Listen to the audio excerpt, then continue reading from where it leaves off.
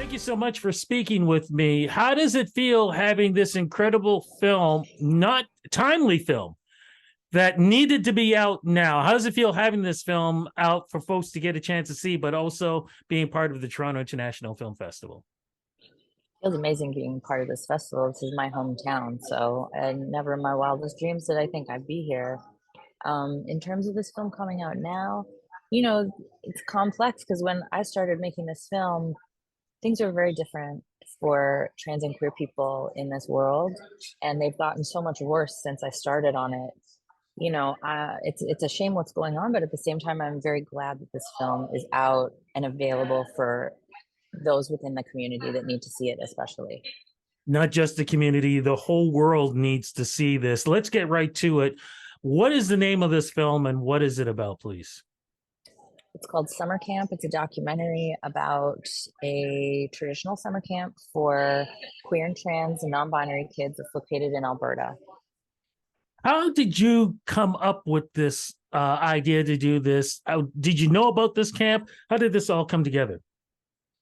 Part of the exec team that I'm working with, they are friends with Tegan and Sarah, who are affiliated with the camp. Yeah, Tegan and Sarah, Alberta natives, queer icons. So they sort of made those initial connections with the camp.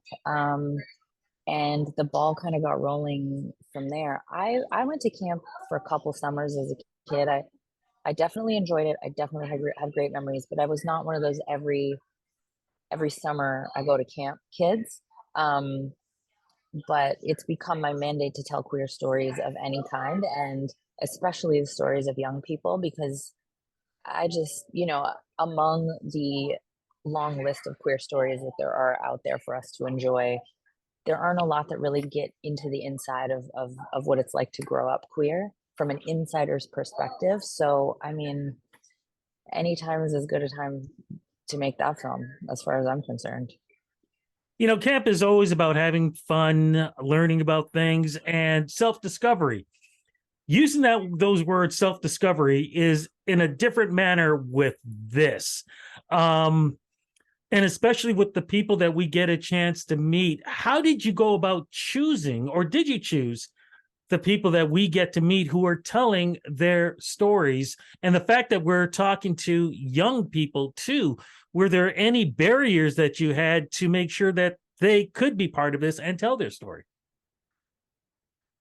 Um, I don't feel that I chose them so much as they chose me. I mean, I had emailed everybody that was headed to camp to tell them what we were doing and asked anybody that was interested in taking part to reach out. And the EP who worked on set with me, a producer named Michelle Mama, and I met a few of them in initial Zoom calls 2, 3 months before we rolled up to camp, and then I spent those 2 or 3 months talking to them almost every day, talking to these kids every day until, the ones that were interested in sharing their stories and that I felt had formed, a comfortable enough bond with me, were comfortable with me. Those are really the kids that popped off screen in the film, because they were always around, they were part of the team, and it was very much a collaborative effort with them to tell their stories properly. And then in addition, when I did arrive to camp, I was accompanied by a team of queer creatives. The team was almost completely queer. The campers saw themselves reflected very much in the people that were filming them. So there was a level of comfort, instant comfort, just knowing that they'd be safe in that way. I wanted to get into that more, the fact that they were able to be in an environment where they were comfortable. Mm-hmm. Was that why we were able to get such incredible stories told by each of them? Because at the same time, self-discovery, they were learning about so many different things because Mm-hmm. of the, do I call them camp counselors? I can call them that. Yeah, I'd call them that. Yeah, the Staff camp members, camp counselors, staff sure. members who had their stories that they were telling because they were older. It was really like a transition in watching the young with the older groups. Yeah, and that's a piece that is so often left forgotten in terms of queer storytelling, is the connective tissue between the generations. And it was really great to see these teen campers meet a community of people older, various generations older than them, from 20-year-olds who were just starting out their lives, and these campers could look to for reassurance that the next few years of their life would be fine, to the scene with the campers had a workshop with a group of elders, a group of Calgary-based elders, Yeah. and I could really see that it galvanized for them the type of life that was possible that they had not known before, because there's so much queer history that you don't have handed to you when you're discovering yourself, unless you go and do all that research yourself. It's different than in our families, where we hear from our parents what our grandparents were like and what their parents were like. You really have to look for that when you're a young queer person. You don't always know that exists. You don't always know to look for that. So when that falls in your plate, it can really piece together an idea for a nice, vibrant life that you may not have been able to picture before that. And it also, it's important also to honor the people that fought in the front lines generations before, so that we could have a camp like this and be open with each other about who we are in this way that we can, more or less, these days. If you're in the right environment, you can do it. I don't want to give away too much on the stories because I think Okay. it needs to be seen. But can you give us one story to give people that understanding and what these young folks, why they wanted to go, what it did for them there, and what they had a chance to learn? If you can give one story. Well, there is a character in the film named Kingston whose parents do not know that he is trans. They do send him to this camp under a bit of a tweaked pretense, an accurate pretense that is also not his full story. And I don't want to give it away, but I kind of do. You Okay, will see. let's stop there then, because you actually said something that I didn't think about until right now. What? You said the parents. We don't really see the parents in this, do we? Yeah. No, we Why don't. is that? That was a conscious choice. I think parents get the mic too often, especially, it's really tempting to interrupt a kid speaking as they're trying to sort out what they're trying to say. I think it's often misinterpreted as my kid is shy or my kid doesn't know. But I think that it shows through this film that if you give them the mic and leave it on and sit back and let them do their thing, they will speak more truth than any of their parents are able to speak of on their behalf. So I didn't want to hear from the grown-ups. It's like the Peanuts. The I grown-ups was are all thinking, I didn't want trombones. to say, I was actually thinking that, but I didn't want to say it because I thought, I don't want to be insulting, whatever. But that's exactly what I thought. It literally is the No. whoa, whoa, whoa kind of thing. Yeah, that's totally my style. Oh my gosh, that's so funny. It's like the Peanuts. I never thought of that before, but it's totally accurate. The Peanuts, the grown-ups are just kind of in the background. What has been the reaction so far for folks who have seen this film?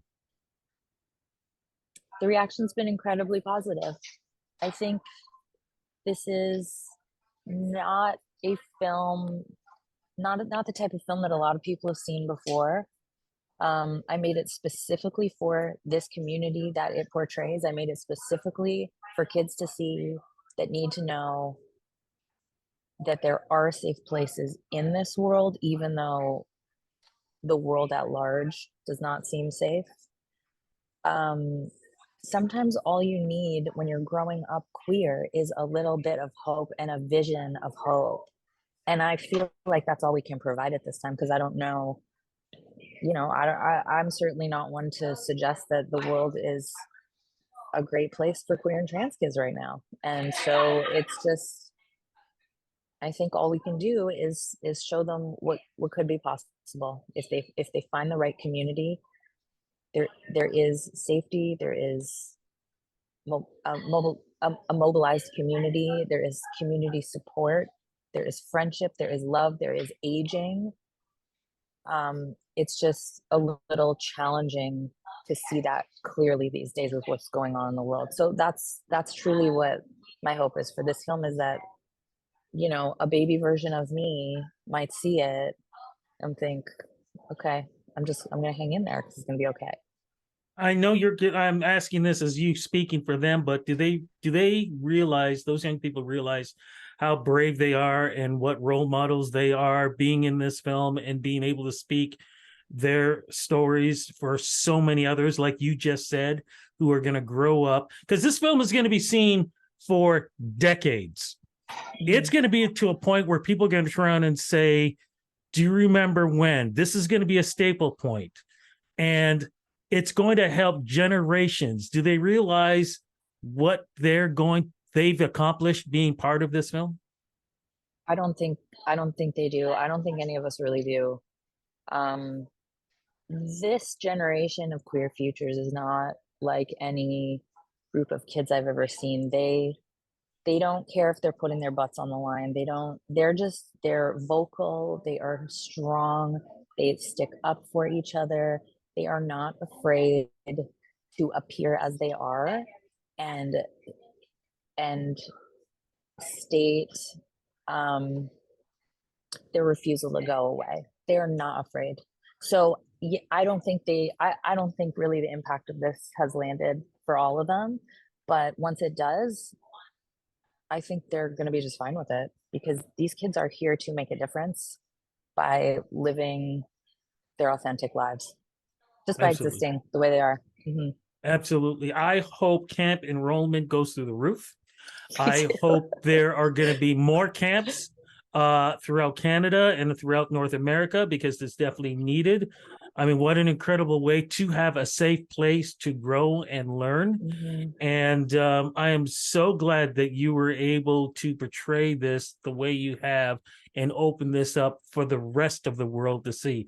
Congratulations on this incredible film. Congratulations being part of the Toronto International Film Festival. But more importantly, congratulations on making a difference in this crazy ass world. Thank you, Rudy. Thank you so much.